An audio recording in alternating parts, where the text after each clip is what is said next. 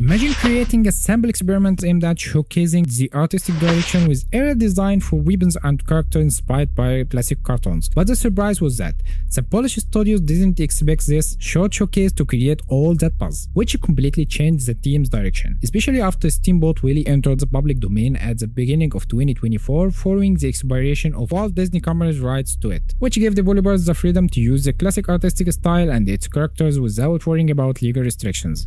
This is Versi from Gameverse. Don't forget to like and subscribe, and let's get started.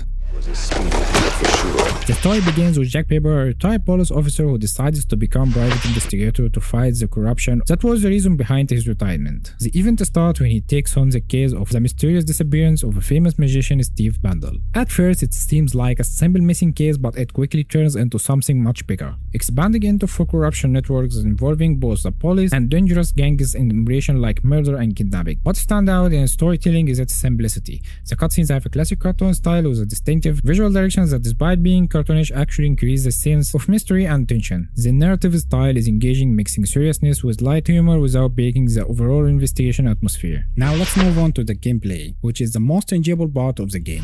The gameplay feels very similar to Doom, but with a cartoon twist that makes it feel fresh and fun. Combat is fast, intense, and satisfying, even though it could have been repetitive. The developers added a lot of varieties. There is a wide range of weapons: snipers, pistols, machine guns, toxic weapons, grenades, and each one plays different. There is also a great mix between ranged combat and close combat, using punches and kicks in a smooth and satisfying way. Movement is simple and fluid, with abilities like double jump, grabbing hook, and air fans that let you move across long distance and different heights easily. Even though it's not a AAA game, the level design is surprisingly strong. There is a huge amount of side missions and puzzles, and they are actually worth your time. You could literally play the game just for side content, and the best part, these activities don't just give rewards, they also add depth to the story. And the enemies are also diverse. Some are big, some are fast, and each type has a different fighting style. Boss fights are especially well designed, with each boss fight having a unique mechanic. Even if the fights aren't very long, they still leave a strong impression. And now let's move on to the graphics, which one of the most amazing things about the game. The hand-drawn cartoon style gives it a very unique visual identity. It uses a black and white color palette with a strong contrast between light and shadow, creating a noir atmosphere. The city feels like a living painting, dark, chaotic, and full of crime, similar to classic mafia movies but with a cartoon twist. Character animation are incredibly detailed, especially facial expression like eyes and lips. Even weapons have a multiple animation frames, and upgrades affect not just performance but visuals too. Even the bullets themselves are stylized differently depending on the weapon, with added smoke and effects that enhance the 1930s vibe. The developers even mentioned that the game includes over 7,500 unique animation movements, which is honestly impressive. The audio design here is top tier. It can easily compete with the big AAA titles. The performance of Troy Baker is outstanding. He doesn't just voice the character, he becomes it. His portrayal of Jack Pepper is, in my opinion, one of the best performances in his career. All sound effects are carefully crafted, from gunshots and explosions to environmental sounds, and they are perfectly match the classic cartoon style.